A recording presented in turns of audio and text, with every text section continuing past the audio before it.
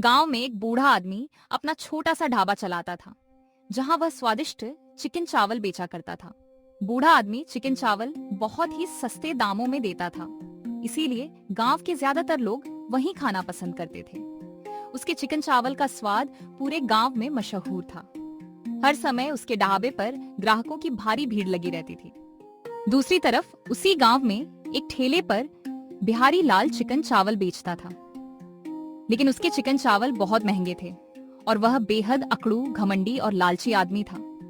एक दिन उसके ठेले पर एक आदमी आता है और उससे कहता है, बिहारी लाल भाई, मुझे एक प्लेट चिकन चावल दे दो, बहुत भूख लगी है। बिहारी लाल बोला, हाँ, अभी देता हूँ, लेकिन एक प्लेट चिकन चावल 150 रुपए की है, बोलो दूं या नहीं। दाम सुनकर वह आदमी बोला, बिहारी लाल, ये तो बहुत ही महंगा है। भला इतना महंगा कौन बेचता है? इससे सस्ता तो वह बूढ़े चाचा अपने ढाबे पर बेचते हैं। तुम तो एक प्लेट के बहुत ज्यादा पैसे मांग रहे हो। बिहारी लाल गुस्से में बोला, देखो भाई, तुम यहाँ मेरा दिमाग खराब करने आए हो क्या? खाना है तो खाओ, इतना नाटक करने की क्या जरूरत है? सस्ता अगर वहाँ मिल रहा है तो वहीं जाकर खाओ, यहाँ आने की कोई जरूरत नहीं है। आदमी बोला, हाँ, तो मैं अब वहीं जाकर खाऊंगा। इतना महंगा खाना मैं क्यों खाऊं? तुम ही खाओ अपना ये महंगा खाना और बस ग्राहकों को लूटते रहो। उसके जाते ही बिहारी लाल मन ही मन सोचने लगता है, इस बूढ़े आदमी की वजह से मेरी दुकान नहीं चल रही है। अब मुझे इस बूढ़े का ढाबा हमेशा के लिए बंद करवाना ही पड़ेगा। अभी जाता हूँ और उस बूढ़े को उसकी औकात याद दिलाकर आता हूँ। तभी बिहारी लाल गुस्से से भरा हुआ बूढ़े आदमी के ढाबे पर पहुंच जाता है। सुनो काका, अपने चिकन चावल के दाम थोड़ा बढ़ा दो। तुम्हारी वजह से मुझे धंधा करने में बहुत परेशानी हो रही है, मेरे पास कोई ग्राहक ही नहीं आता। बिहारी लाल, तुम्हारी परेशानी की वजह से मैं अपने चिकन चावल के दाम क्यों बढ़ाऊं? अगर तुम्हें इतनी ही दिक्कत है तो तुम भी अपने चिकन चावल सस्ते दामों में बेचना शुरू कर दो, फिर देखना तुम्हारे यहाँ भी लोग आना शुरू कर देंगे। बिहारी लाल बोला, अबे ओ बूढ़े, मैं तुझसे प्यार से बात कर रहा हूँ तो मेरे सिर पर चढ़कर मत नाच। तुझे एक बार में समझ नहीं आता क्या? मैंने कहा ना, अपने चिकन चावल महंगे दामों में बेचना शुरू कर दे, वरना इस गांव में तेरे लिए यह ढाबा चलाना बहुत मुश्किल हो जाएगा। समझ गया ना? बूढ़ा आदमी बोला, बिहारी लाल, मुझे धमकी मत दो, मैं तुमसे बिल्कुल नहीं डरता। बिहारी लाल बोला, ठीक है, फिर मैं कल दोबारा आऊंगा, तब देखेंगे कौन डरता है और कौन नहीं। इतना कहकर बिहारी लाल वहां से चला जाता है और बूढ़ा आदमी भी अपने ढाबे का काम समेटकर अपने घर लौट आता है। घर पहुंचकर वह अपनी पत्नी से कहता है, मुझे लगता है अब मुझे कोई दूसरा काम ढूंढना पड़ेगा, क्योंकि बिहारी लाल आज मेरे पास आया था। वह कह रहा था कि या तो मैं अपना ढाबा बंद कर दूं या फिर अपने चिकन चावल महंगे दामों में बेचना शुरू कर दूं, क्योंकि उसके धंधे में मुनाफा नहीं हो रहा है। उसकी पत्नी बोली, तो तुम बस इतनी सी बात से डर गए?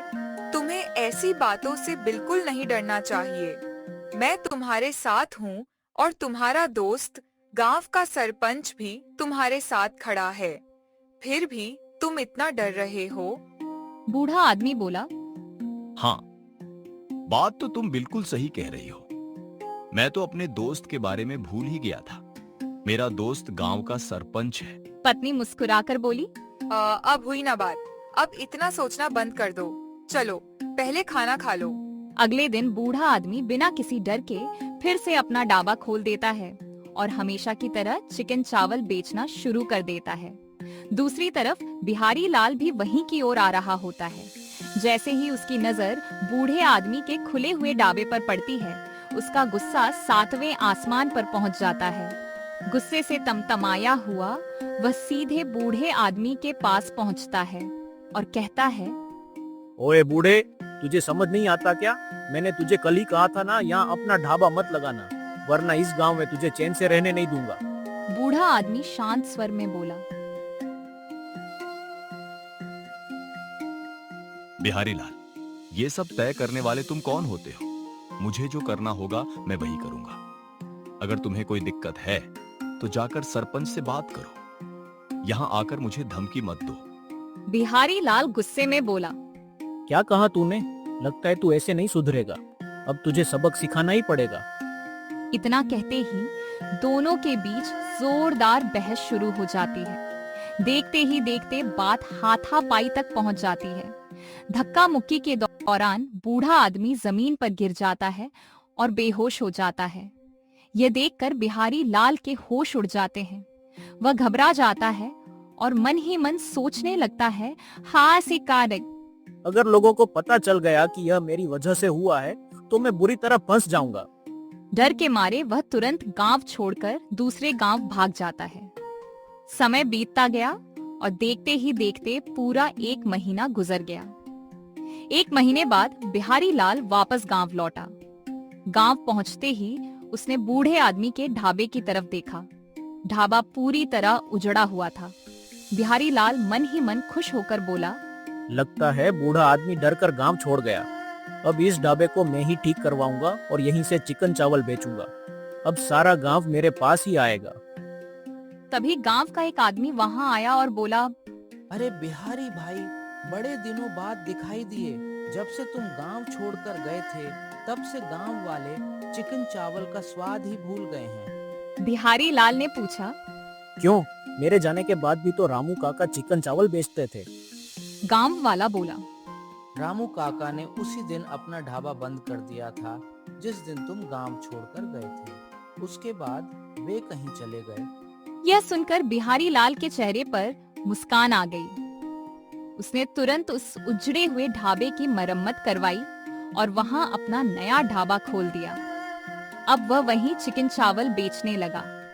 धीरे धीरे गांव वाले मजबूरी में उसी के ढाबे पर आने लगे। एक दिन 2 ग्राहक आपस में बात कर रहे थे। यार, रामू काका के हाथ के चिकन चावल की बात ही अलग थी। स्वाद भी अच्छा था और दाम भी कम थे। दूसरा बोला, सही कह रहे हो, लेकिन अब क्या करें, मजबूरी में बिहारी लाल के यहाँ ही खाना पड़ रहा है। इतने में बिहारी लाल उनकी बात सुन लेता है और गुस्से में चिल्लाकर कहता है, आ बीजन ठिगोर ने, अगर खाना है तो चुपचाप खाओ, ज्यादा बातें मत बनाओ, नहीं खाना तो यहाँ से उठ जाओ। दोनों ग्राहक चुपचाप चिकन चावल खाने लगते हैं। इसी तरह कई दिन बीत जाते हैं। एक रात गांव के कुछ लोग जंगल वाले रास्ते से अपने घर लौट रहे होते हैं। तभी उन्हें जंगल के बीच एक छोटा सा ढाबा दिखाई देता है। ढाबे में एक बूढ़ी औरत लोगों को गर्मा गर्म चिकन चावल परोस रही होती है। एक आदमी हैरानी से बोला, अरे, जंगल के बीच ये ढाबा, चलो देखते हैं। दोनों अंदर पहुँचे और बोले को, काकी, हमें 2 प्लेट चिकन चावल दे दीजिए। बूढ़ी औरत मुस्कुराकर बोली। अभी लाई बेटा। दोनों ने खाना खाया तो स्वाद बिल्कुल रामू काका के हाथ जैसा था। उन्होंने कहा, काकी, इतने स्वादिष्ट चिकन चावल तो हमने बहुत दिनों बाद खाए हैं। अब हम अपने दोस्तों को भी यहाँ लेकर आएंगे। धीरे धीरे जंगल का वह रात वाला ढाबा लोगों के बीच मशहूर होने लगा। रात में काम पर जाने वाले और लौटने वाले सभी लोग वहीं चिकन चावल खाने लगे। उधर बिहारी लाल का धंधा फिर से धीरे धीरे कम होने लगा। अगली सुबह बिहारी लाल रोज की तरह अपना ढाबा खोल देता है और ग्राहकों का इंतजार करने लगता है, लेकिन काफी देर तक कोई भी ग्राहक उसके ढाबे पर नहीं आता। थोड़ी देर बाद एक आदमी वहां से गुजरता है। बिहारी लाल उसे रोककर पूछता है, अरे भाई, तुम लोग पहले रोज मेरे यहाँ चिकन चावल खाने आते थे, आज कोई क्यों नहीं आ रहा? वह आदमी बोला, बिहारी लाल, लगता है तुम्हें पता नहीं है, अब गांव के ज्यादातर लोग रात को जंगल वाले ढाबे पर चिकन चावल खा लेते हैं, इसलिए सुबह किसी को भूख ही नहीं लगती। यह सुनते ही बिहारी लाल के चेहरे का रंग उड़ गया। वह मन ही मन बोला, जिस तरह मैंने रामू काका का धंधा बंद करवाया था, उसी तरह अब कोई मेरा धंधा बंद कर रहा है। आज रात मैं खुद जाकर देखूंगा कि आखिर यह ढाबा है किसका। रात होते ही बिहारी लाल जंगल की ओर निकल पड़ा। जंगल के अंदर पहुंचते ही अचानक तेज बारिश शुरू हो गई। चारों तरफ अजीब अजीब आवाजें गूंजने लगी। तभी एक रहस्यमयी आवाज आई, हा हा हा हा हा बिहारी लाल, आखिर तू आ ही गया। मैं कब से तेरा इंतजार कर रहा था।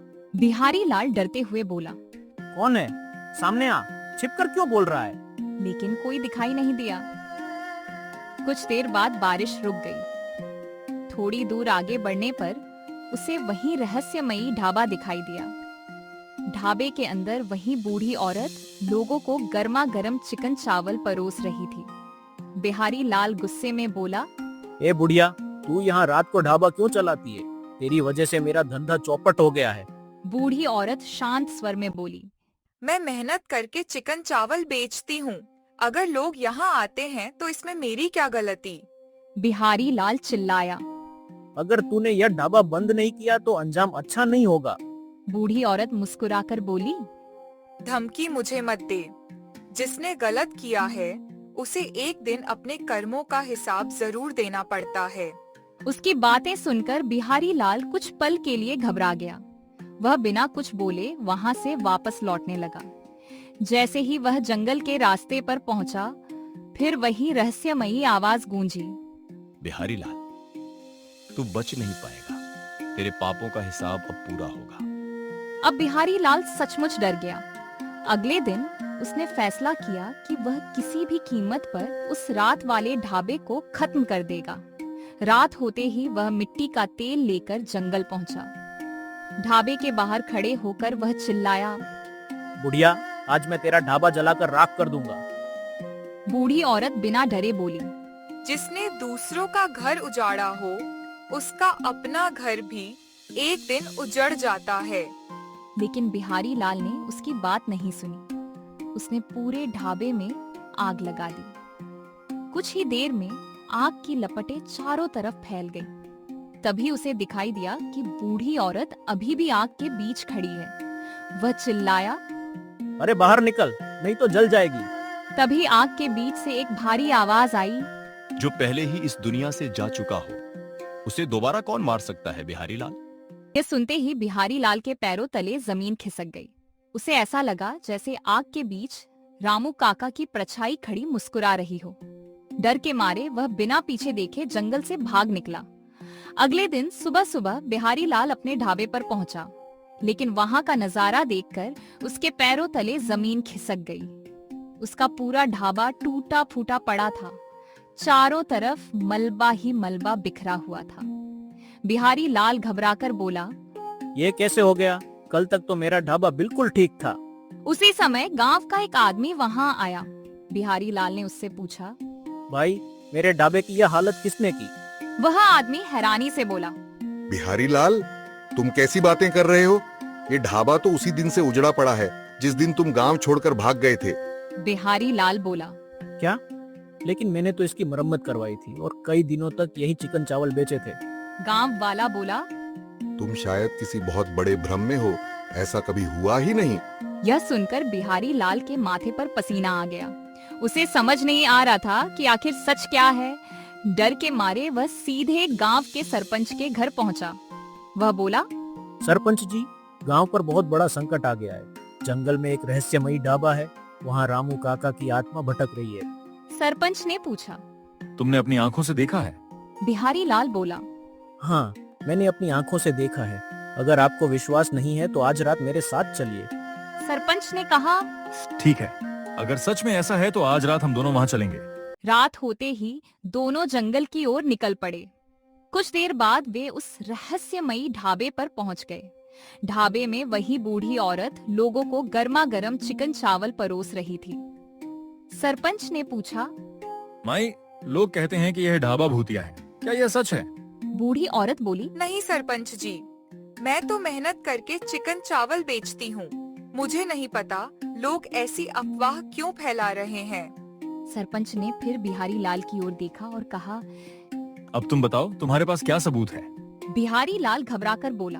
मैंने यहाँ रामू काका की आत्मा देखी थी। वह मुझसे बदला लेना चाहते हैं। सरपंच ने गंभीर होकर पूछा। रामू काका तुमसे बदला क्यों लेंगे? अब बिहारी लाल की आंखों से आंसू निकल पड़े। वह बोला। 1 महीने पहले मेरा रामू काका से झगड़ा हुआ था। गुस्से में मैंने उन्हें धक्का दिया। वे जमीन पर गिर पड़े और बेहोश हो गए। मुझे लगा कि उनकी मौत हो गई है। डर के कारण मैं गांव छोड़कर भाग गया। सरपंच गुस्से में बोला। तो इतने दिनों से तुमने यह सच सबसे छिपा कर रखा? बिहारी लाल सिर झुकाकर बोला।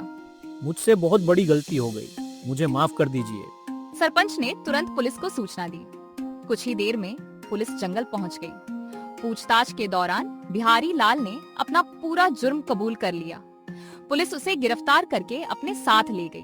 तभी बूढ़ी औरत की आंखों में आंसू आ गए। अचानक वहां एक हल्की रोशनी दिखाई दी। उस रोशनी में रामू काका की आत्मा दिखाई दी। रामू काका मुस्कुराकर बोले, दोस्त, आज सच सबके सामने आ गया। अब मेरी आत्मा को शांति मिल गई। सरपंच की आंखें भी नम हो गई। उन्होंने कहा, रामू, मुझे पहले से शक था कि तुम्हारे साथ कुछ गलत हुआ है, लेकिन मेरे पास कोई सबूत नहीं था। आज बिहारी लाल ने खुद अपना अपराध स्वीकार कर लिया। रामू काका बोले, धन्यवाद दोस्त, तुमने न्याय दिलाया। अब मैं हमेशा के लिए इस दुनिया से विदा लेता हूँ। इतना कहते ही रामू काका की आत्मा धीरे धीरे प्रकाश में विलीन हो गई। उस दिन के बाद जंगल का रहस्यमयी ढाबा भी हमेशा के लिए गायब हो गया। गांव वालों ने रामू काका और उनकी ईमानदारी को हमेशा याद रखा। सीख, जो दूसरों का बुरा सोचता है उसका अंत भी बुरा ही होता है। ईमानदारी और सच्चाई की जीत हमेशा होती है।